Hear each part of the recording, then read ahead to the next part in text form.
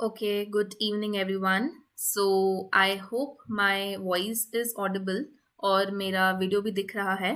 So welcome to the channel MS Study Guru.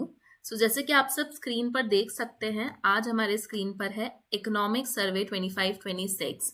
तो हम लोग आज से इकोनॉमिक सर्वे की क्लासेस स्टार्ट कर रहे हैं. But this is part A of economic survey. इसमें बहुत सारे पार्ट्स होंगे एंड बाकी सारे पार्ट्स आपको हमारी ऐप पर दिखेंगे. सो आप हमारी MS स्टडी गुरु ऐप इंस्टॉल करके बाकी सारे पार्ट्स देख सकते हैं. एंड इकोनॉमिक सर्वे हम सबको पता है बहुत ही इंपॉर्टेंट डॉक्यूमेंट होता है. कोई सा भी एग्जाम हो, चाहे ऑब्जेक्टिव हो चाहे सब्जेक्टिव हो, तो इकोनॉमिक सर्वे एक इकोनॉमिक्स के स्टूडेंट को हर बार समझना ही चाहिए. एंड इस बार का सर्वे काफ़ी लेंदी है.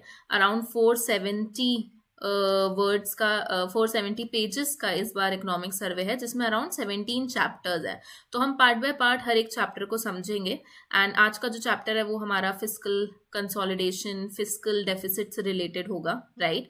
सो आगे बढ़ने से पहले मैं आपको कुछ डिटेल्स देना चाहती हूँ, जैसे कि हमारा इंडियन इकोनॉमिक सर्विसेज का बैच. सो हम लोगों ने इंडियन इकोनॉमिक सर्विसेज का बैच लॉन्च कर दिया है लर्नर्स की डिमांड पर, जिसमें आपको कॉम्प्रिहेंसिव वीडियो लेक्चर्स मिलेंगे जो कि सारे इकोनॉमिक्स के पेपर को कवर करेंगे, E1, 2, 3 एंड 4.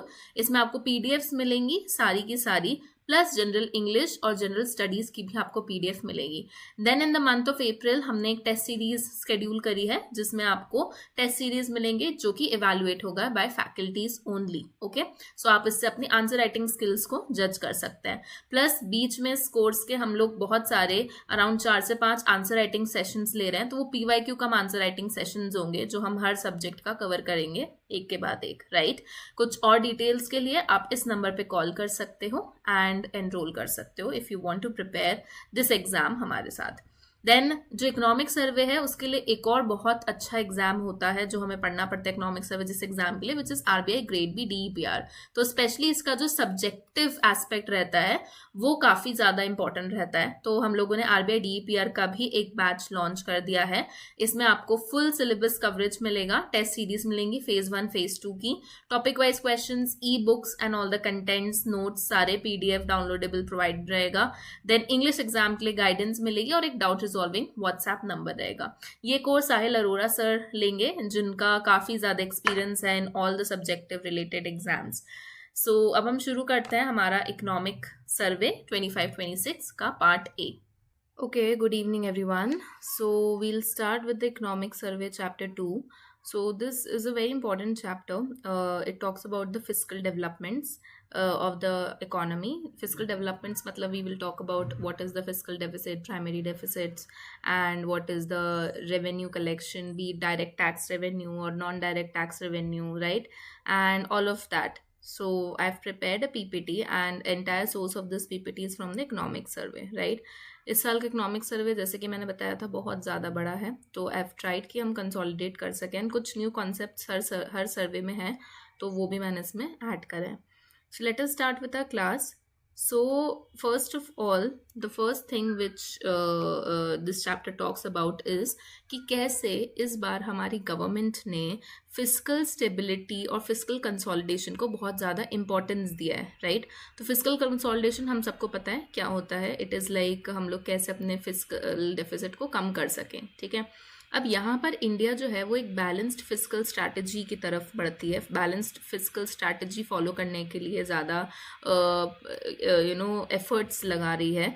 एंड यहाँ पर हमको अपना जो क्वालिटी ऑफ एक्सपेंडिचर है इसको इम्प्रूव करना है. तो इस पूरे सर्वे में एक जो मेन थीम है वो ये है कि हमें एक्सपेंडिचर तो करना है, बट हमें क्वालिटी ऑफ एक्सपेंडिचर को इम्प्रूव करना है अपने, ठीक है. तो टैक्स कंप्लायंस हमको इम्प्रूव करने हैं, हमको अपने रेवेन्यू मोबिलाइजेशन को बहुत बेटर करना है, मतलब कैसे हम अपने रेवेन्यू को यूज़ कर रहे हैं. तो ऐसी चीज़ें कुछ इस सर्वे में, इस चैप्टर में हमको देखने को मिलेगी, ठीक है.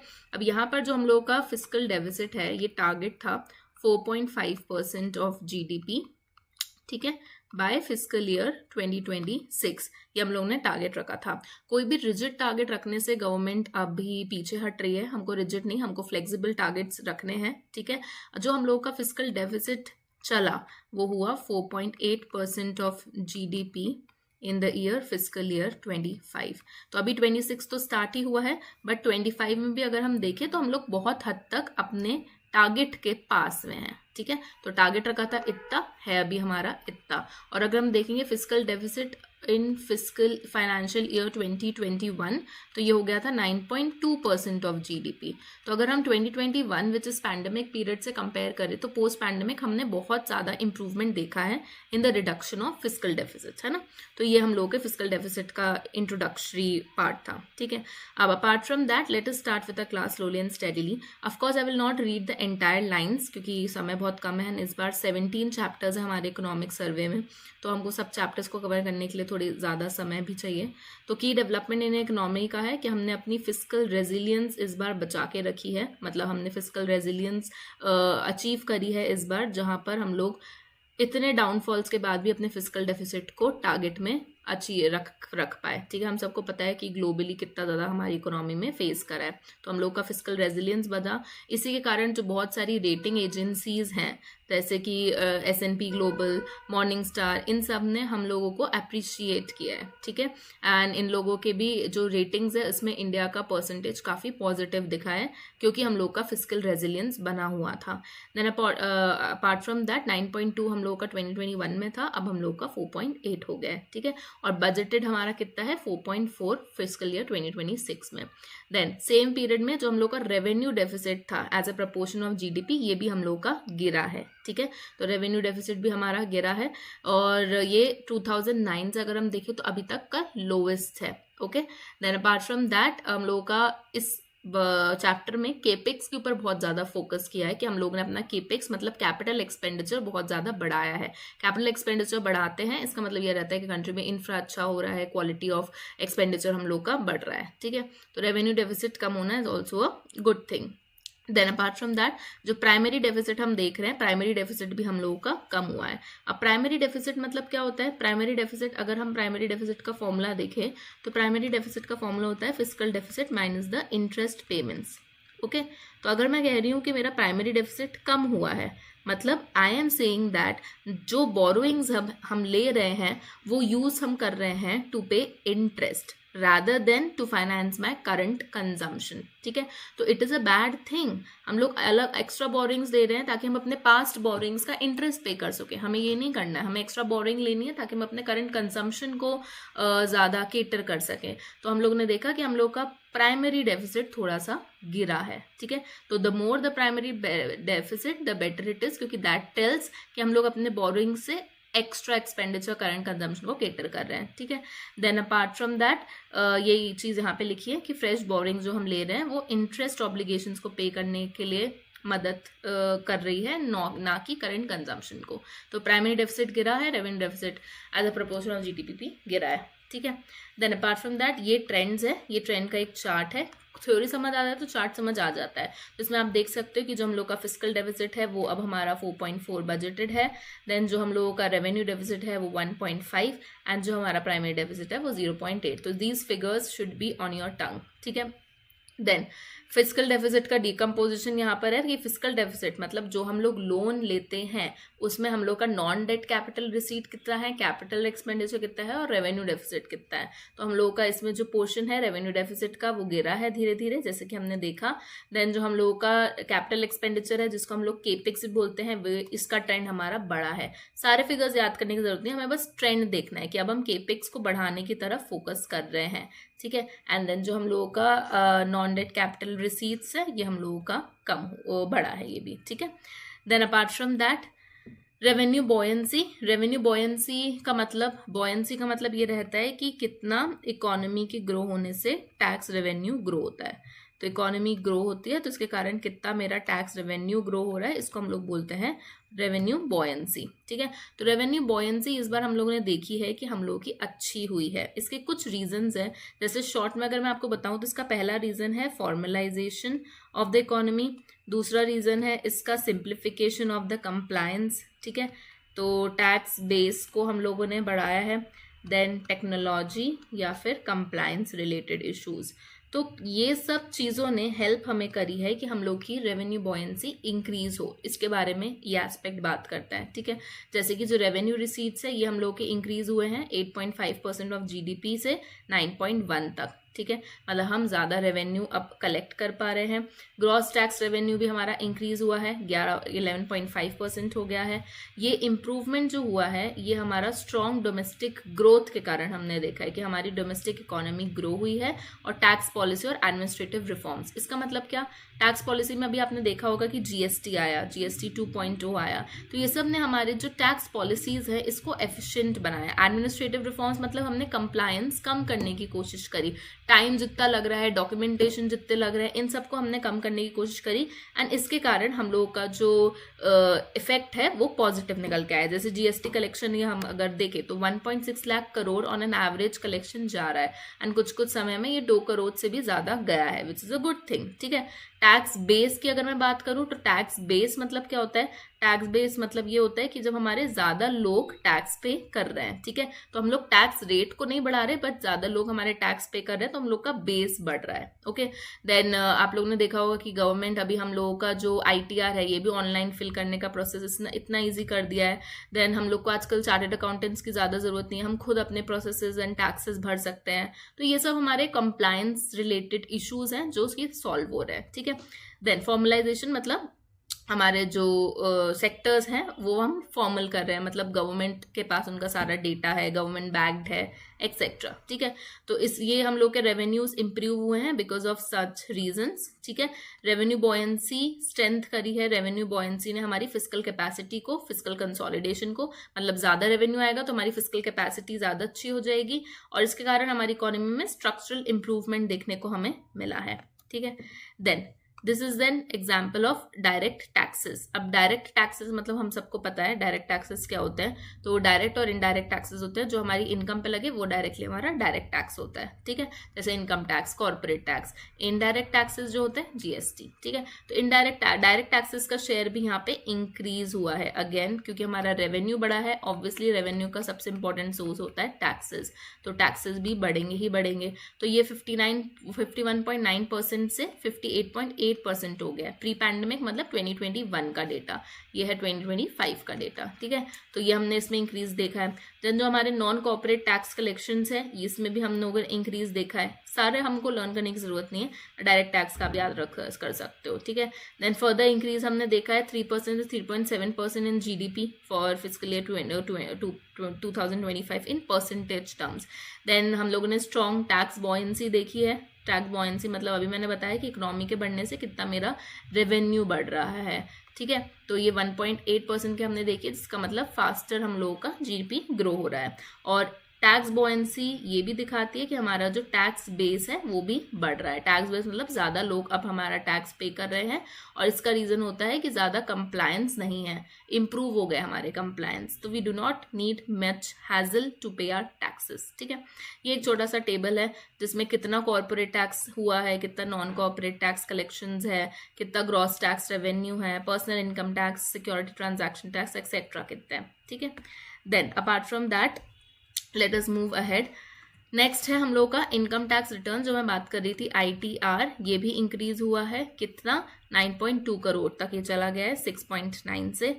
देन इनकम टैक्स रिटर्न्स कब इंक्रीज होता है, जब हम लोगों का टैक्स बेस भी बढ़ रहा हो, मतलब ज्यादा लोग अब आईटीआर फाइल कर रहे हैं। That is what is means by कि हम लोगों का टैक्स बेस एक्सपैंड हो गया। कंप्लायंस तो एक रीजन है ही है कि हमने बहुत इजी बना दिया है। जैसे लास्ट टाइम मेरा एग्जाम्पल लो तो मैंने आईटीआर एक सीए से भरवाया था, अब मैंने आईटीआर अपना खुद भर दिया। ठीक है, तो आईटीआर तो वैसे भी आप लोग खुद भर सकते हो, बट यस इन जनरल भी हमारा टैक्स बेस और कंप्लायंस बहुत इंपॉर्टेंट है। देन ये जैसे कि मैं आपको बता ही रही थी, इम्प्रूव्ड कंप्लायंस और टेक्नोलॉजी बेस्ड सब कुछ अब ऑनलाइन हो गया, मुझे कहीं पे कोई डॉक्यूमेंट सबमिट नहीं करना, मैं सब कुछ घर बैठे कर सकती हूँ। Then rising income bringing more individual to the tax nets, ज्यादा इनकम बढ़ रही है तो ज्यादा लोग टैक्स नेट मतलब टैक्स पे करने की जनता के अंदर आ रहे हैं। और इसमें एक बहुत इंपॉर्टेंट इंटरवेंशन है बाय नज बेस्ड इंटरवेंशन। ठीक है, एक लाइन यहाँ पे लिखी है कि नज बेस्ड इंटरवेंशन इसने इम्प्रूव करा है voluntary compliance and administrative efficiency. तो आपके सर्वे में एक ये टर्मिनोलॉजी थी। अब बहुत सारे स्टूडेंट्स को इसके बारे में पता होगा, बट जिनको नहीं पता उनके लिए मैं एक छोटा सा आपके लिए मैंने इजी लैंग्वेज में इसको डाला है यहाँ पर। तो नज बेस्ड कंप्लायंस हम लोग बार बार सुन ही रहे हैं, बट नज बेस्ड इंटरवेंशंस ने भी हमारे जो टैक्स बेस है इसको बढ़ाने में मदद करी है। लोगों ने वॉलंटरीली अपना ITR भरा है, तो वॉलंटरी कंप्लायंस किया है, उस कारण एडमिनिस्ट्रेटिव एफिशिएंसी मिली है। अब देखो पहले क्या होता था हमारा, पहले लोग कोअर्सिव मेजर्स यूज करते थे, मतलब पेनल्टी लगाना, वार्निंग्स देना। अब हम लोगों ने नज बेस्ड इंटरवेंशन यूज करना चालू करा। बहुत सिंपल एग्जांपल है जोमेटो का। जोमेटो आपको कभी भी ऊपर आपने देखा होगा नोटिफिकेशन में सुबह सुबह लिखा आ जाता है डोसा खाओगे, इडली खाओगे, वो आपको नज कर रहा है, वो आपको ये नहीं बोल रहा कि नहीं नहीं ऑर्डर करो ही करो। ऐसे ही यही चीज हमने अप्लाई कर दी अपने टैक्स में। कैसे? अगर मुझे पता है कि मैंने अपना ITR नहीं बढ़ाया, मुझे एक छोटा सा मैसेज आएगा कि hello Khyati Singhai, please IT last date for filing ITR is this and please check if your ITR is filed etcetera. ठीक है, तो दैट इज व्हाट कि उसने मुझे जस्ट नज करा। ठीक है, तो यहाँ पे मैंने इसका एक्सप्लेनेशन डाला है, एक क्वेश्चन भी मैंने डाला, इस पर हम बाद में आएंगे। बट ये देखते हैं कि पहले हम नोटिस, ऑडिट, पेनल्टी, लिटिगेशन, इन सब पे डिपेंड करते थे, जो कि बहुत फोर्सफुल मेजर्स थे, कोअर्सिव मेजर्स थे। अब हम लोग नज बेस्ड अप्रोच को फॉलो करते हैं। ठीक है, नज बेस्ड अप्रोच मतलब क्या होता है? नज का full form is non intrusive usage of data to guide and enable, that is the full form of nudge. तो यहाँ पे गवर्नमेंट डेटा और साइकोलॉजी को यूज करती है इंस्टेड ऑफ फियर। हम किसी को डरा नहीं रहे हैं, ठीक है, तो हम लोग डेटा और साइकोलॉजी को यूज कर रहे हैं। इसका मतलब लार्ज अमाउंट ऑफ डेटा को एनालाइज कर पॉसिबल मिस्टेक्स को आइडेंटिफाई करती है, और पेनल्टी देने की जगह हम एक जेंटल रिमाइंडर देते हैं एंड नथिंग एल्स। ठीक है, ताकि हमारे लोग अपने आप वॉलंटरीली फॉलो कर लें चीजों को। ठीक है, तो नच फोर्स नहीं करता, जेंटली पुशेस करता है। ये इसके एग्जाम्पल है। जैसे कि अगर कोई इंसान भूल गया है कि उसने अपने फॉरेन एसेट्स को रिपोर्ट करना रहता है, तो डिपार्टमेंट एक सिंपल सा उसको मैसेज भेजेगा कि we have some information about your foreign assets and please verify if you need to update the return or not. That's it. ठीक है, so that is what is written here कि nudge based intervention बहुत important है यहाँ पे। ये इसका full form. अब डेटा क्या बोल रहा है इकोनॉमिक सर्वे के अकॉर्डिंग, कि इस नज बेस्ड इंटरवेंशन के कारण हम लोगों ने फॉरेन एसेट कैंपेन के हेल्प से 29,000 करोड़ एसेट्स को डिक्लेयर करा है। वॉलंटरी रिस्पॉन्स बढ़ गया है हमारा, फोकस शिफ्ट हो गया है हमारा टेक्नोलॉजी के प्रति। देन अलग अलग 2050 करोड़ डिडक्शंस रिड्यूस हो गए। ये अलग अलग डेटा है, ये हमें इतना लर्न करने की जरूरत नहीं, बट हाँ ये हम डेटा बैक करने के लिए यूज कर सकते हैं। TDS compliance, tax deducted at source compliance हमारा इंप्रूव हुआ है। ठीक है, 4,825 करोड़ एडिशनल TDS हमारे सिस्टम में आया है। देन लिटिगेशन और कंप्लायंस कॉस्ट जो होते हैं, ये सब हम लोगों के एरर्स, ओमिशंस, ये सब हम लोगों के बहुत ज़्यादा कम हुए हैं। इसके कारण जो हमारा रेवेन्यू है वो अच्छी तरीके से हम मोबिलाइज कर चुके हैं। ठीक है, तो that is what is written here. अब मैंने यहाँ पे क्वेश्चन डाल के रखा है डेलिबरेटली, जो आपके इंडियन इकोनॉमिक सर्विसेज में आ सकता है, which is discuss the role of behavioural economics in improving tax compliance in India, examine how data driven nudge intervention have enhanced। तो ऐसे ही क्वेश्चंस आपको इंडियन इकोनॉमी में आते हैं।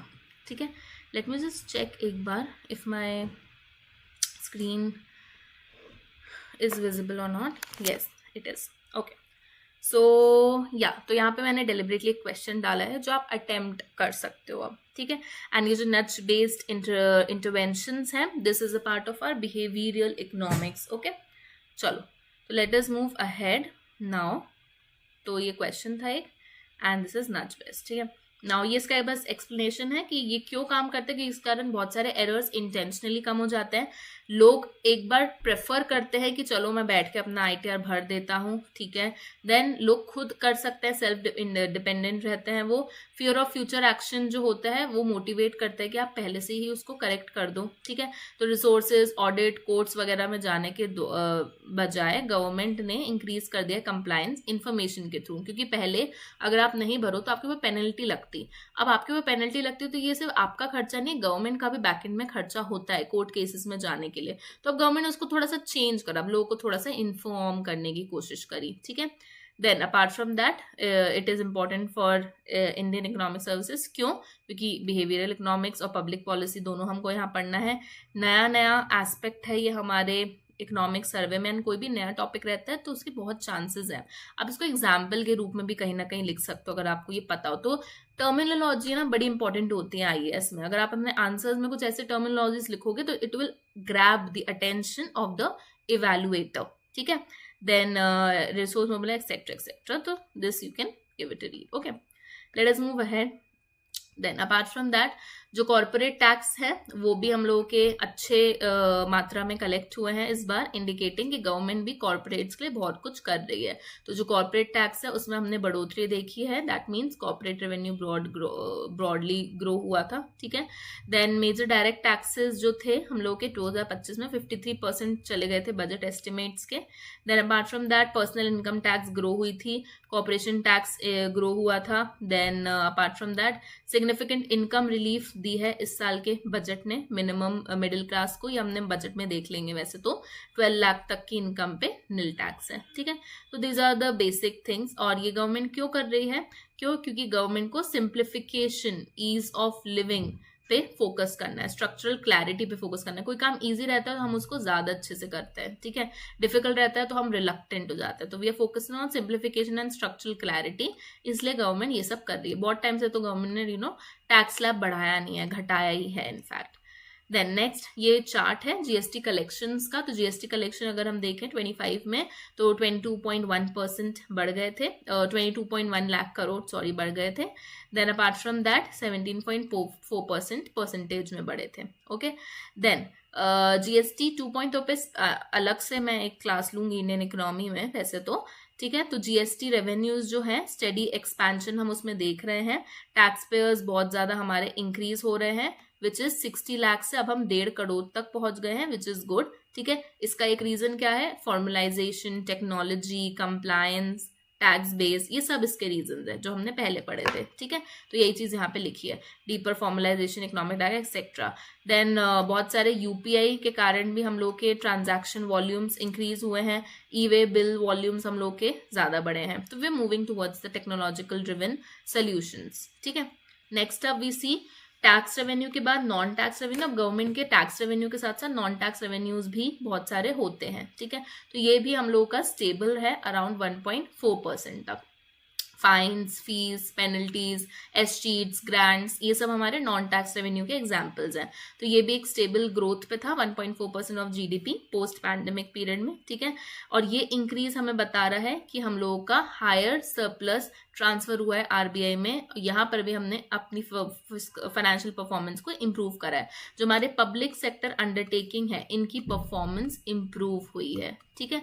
क्यों? क्योंकि कोई भी अगर पब्लिक सेक्टर अंडरटेकिंग प्रॉफिट कमाती है तो वो भी अपने प्रॉफिट का पार्ट कुछ आरबीआई को देती है, ठीक है। कॉर्पोरेट्स भी प्रॉफिट कमाते हैं तो वो डिविडेंड्स आरबीआई को देते हैं, ठीक है। तो public sector financial performance improve, public sector undertaking है, पब्लिक सेक्टर बैंक्स की फाइनेंशियल परफॉर्मेंस इंक्रीज हुई है एंड डिविडेंड्स में इंक्रीज हमने देखा है। इसके कारण आरबीआई में भी सरप्लस जनरेट हुआ है। देन यहाँ पे जो मैं बात कर रही थी central public sector under enterprises, इसकी एफिशिएंसी बढ़ाने के लिए हमारी गवर्नमेंट बहुत काम कर रही थी, ठीक है। तो इन्होंने भी ग्रोथ दी है for centres non tax revenues, इनका जो भी प्रॉफिट होता था वो सेंटर को देती थी, ठीक है।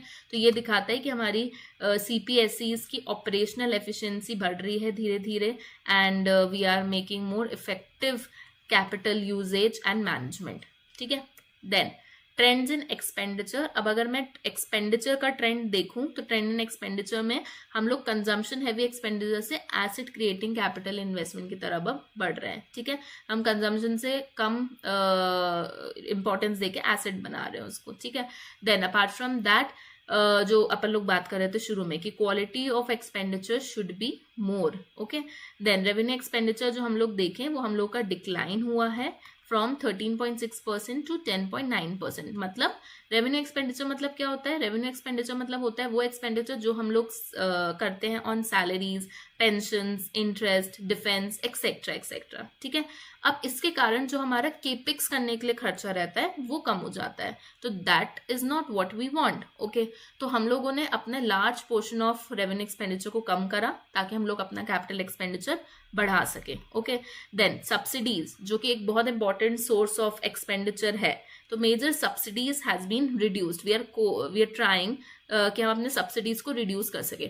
सब्सिडीज कुछ सेक्टर में इंपॉर्टेंट है बट हर सेक्टर में इंपॉर्टेंट नहीं भी है, तो वो उसमें भी हमने डिक्लाइन देखा 1.9% से 1.2% तक का। ओके, फिस्कल कंसोलिडेशन अचीव हुआ without compromising on food security, large scale beneficiary coverage. ऐसा नहीं कि हमने बिल्कुल भी सब्सिडीज नहीं दी, हमने सब्सिडीज कम कर कर फूड सिक्योरिटी भी मेंटेन करी है, ठीक है। देन जो डिजाइन ऑफ सब्सिडी स्कीम्स रहती है कि कैसे अलग अलग सब्सिडी मिलेगी, इसमें हम लोगों ने बहुत सारे चेंजेस करे हैं, ठीक है। जैसे हमने डीबीटी की तरफ ज्यादा बढ़ा है क्योंकि इससे ट्रांसपेरेंसी भी आती है लोगों में और मेथड्स में, ठीक है। देन लीकेजेस जो है उसको हमने कर्व करने की कोशिश करी है। ऑफ कोर्स पूरी तरीके से हम हटा नहीं सकते बट हाँ, हम कुछ चीज उसमें जो गलत है उसको कम कर सकते हैं। देन अपार्ट फ्रॉम दैट ये जो गेन्स हम लोग को मिले हैं ये एफिशिएंट और इम्प्रूव टारगेटिंग के कारण मिले हैं, और बेनिफिशियरी कवरेज मतलब जिसको बेनिफिट चाहिए उसको हमने बेनिफिट दिया है, ठीक है। तो ये कुछ ट्रेंड्स इन एक्सपेंडिचर थे। Give me 1 second.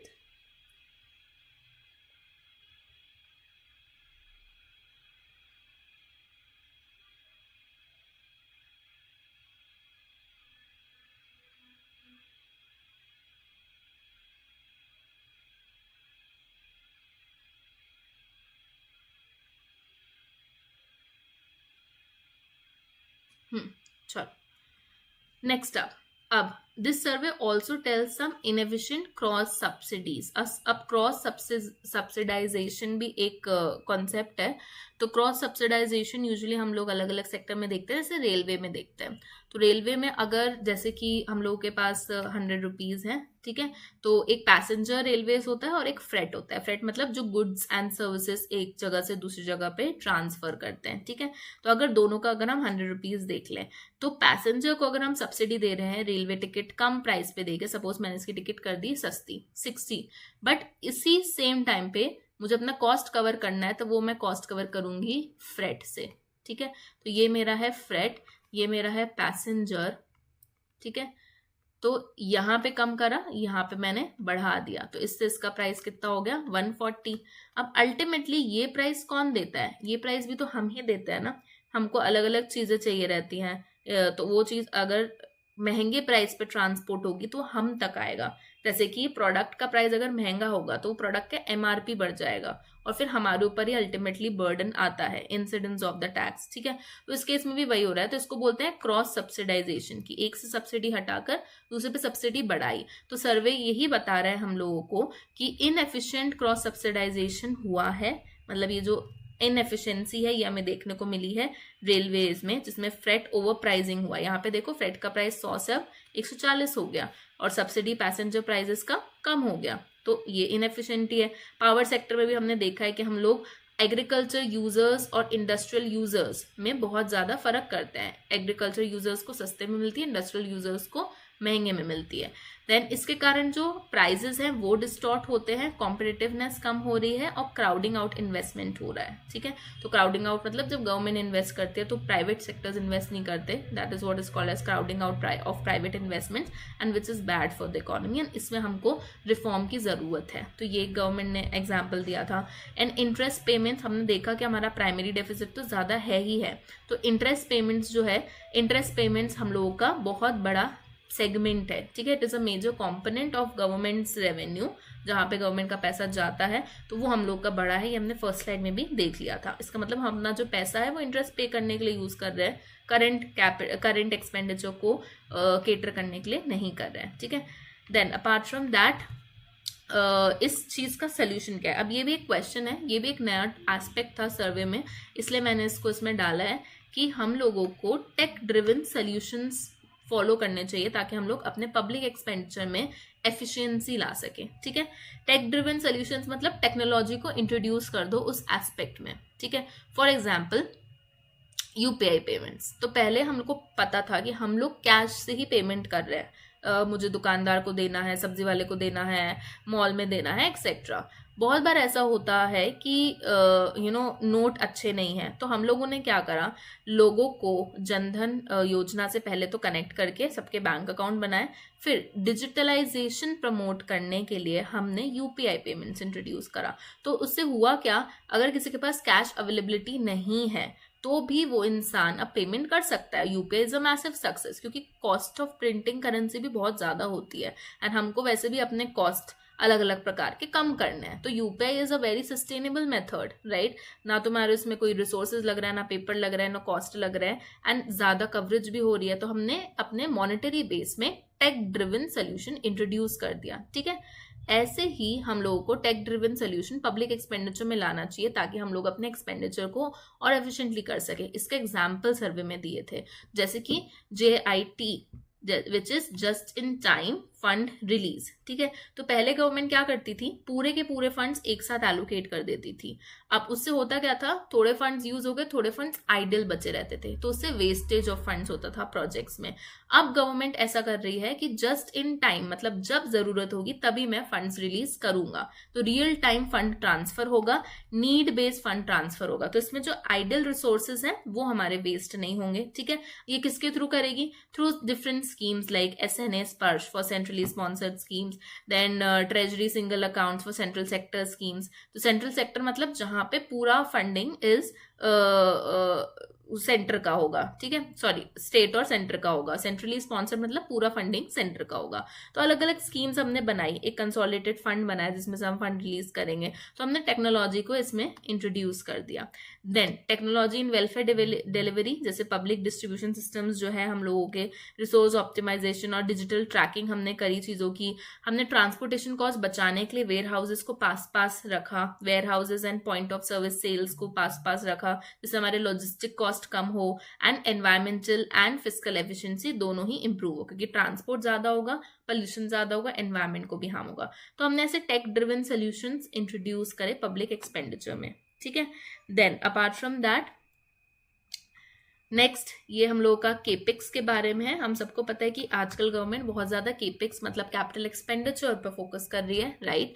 तो हमारा जो कैपिटल एक्सपेंडिचर है वो बड़ा है, हमने फर्स्ट स्लाइड में ही देखा था, ठीक है। तो this is our capital expenditure for fiscal year 26 which is 11.2 lakh crore, ठीक है। एंड यहाँ पर अगर हम लोग देखें तो it is 4.3% of the GDP, ठीक है। तो इफेक्टिव कैपिटल एक्सपेंडिचर। अब मैम यहाँ पे लिखा है कैपिटल एक्सपेंडिचर, यहाँ पे लिखा है इफेक्टिव केपिक्स। तो फर्क क्या है, कैपिटल एक्सपेंडिचर में सिर्फ the money which the centre spend on building the infrastructure और doing the capital expenditure, but effective capital expenditure का मतलब हो जाता है capital expenditure plus the grants given to the states for development, ठीक है। तो जो हम स्टेट्स को भी ग्रांट्स दे रहे हैं वो सब हम लोग का आ जाएगा इफेक्टिव कैपिटल एक्सपेंडिचर पे, okay. So that is what is written here. तो इफेक्टिव कैपिटल एक्सपेंडिचर ज्यादा बेटर मेजर है of judging the development or judging the infrastructural development in any particular nation, right? And then this gray portion tells us the grants and aid.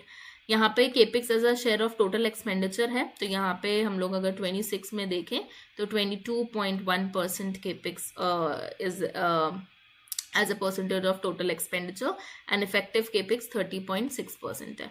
ये इतना जरूरी नहीं है याद रखना, बट हाँ दिस इज समथिंग जो आप लोग याद रख सकते हो, ठीक है। चलो then next up we have capital expenditure. अब कैपिटल एक्सपेंडिचर अलग अलग जगहों पे होते हैं। अब कहाँ पर सबसे ज्यादा कैपिटल एक्सपेंडिचर होता है वो ये दिया है कि जैसे आप देखोगे roads and railway, road transports and highways. तो रोड ट्रांसपोर्ट एंड हाईवेज में अभी हमारा 2.85 विच इज द हाईएस्ट। उसके बाद हमने रेलवे करा है, फिर डिफेंस, फिर transfer to states etcetera etcetera. Telecommunication पे भी बहुत ज्यादा है, देन हाउसिंग है, ठीक है, because internet we all need internet, ठीक है। तो कैपिटल आउटले फोकस कर रहा है हम लोग के कोर इंफ्रास्ट्रक्चर पे और डाइवर्सिफाई भी कर रहा है। तो मेजर सेक्टर्स आपके सामने दिख गया। तो रोड रेलवेज अभी भी हाईएस्ट है, इसको हमेशा ज्यादा मिलता है, ठीक है। और रोड्स एंड रेलवेज क्यों जरूरी है, क्योंकि कनेक्टिविटी हमें चाहिए है। कनेक्टिविटी हमें मिलेगी तो हमारे लॉजिस्टिक्स कम होंगे, ठीक है। तो दैट इज वेरी इंपॉर्टेंट, क्योंकि इंडिया का जो लॉजिस्टिक कॉस्ट है वो बहुत ज्यादा है। तो इसलिए government is trying to connect every part of the world. For example Vande Bharat, ठीक है। Vande Bharat is very good, it is train जो हर जगह जाती है, ठीक है।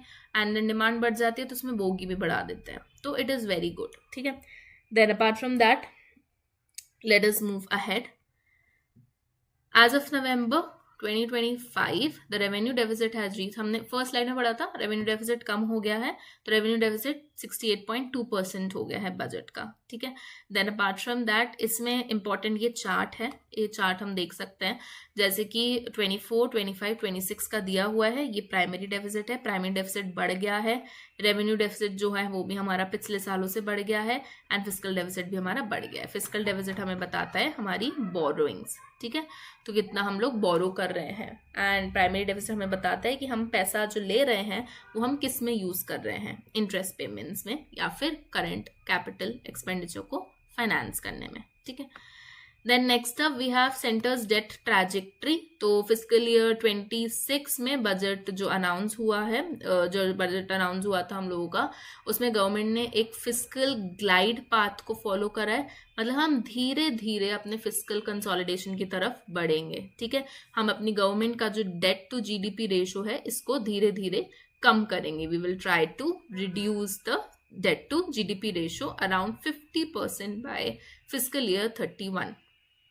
ओके तो हम लोगों को अभी इसको कम करना है। अभी हमारा कितना है करेंटली, अभी ये हमारा है 55.7%, एंड हमको इसको 50% तक लाना है for by the fiscal year 31, ठीक है, 2031। देन अपार्ट फ्रॉम दैट इसमें और कुछ इंपॉर्टेंट नहीं है, let me just see, yes, तो इसमें दिस पॉइंट इज इंपॉर्टेंट, ये आपको ध्यान में रखना है। Okay let us move ahead. Okay, that's it. We're done.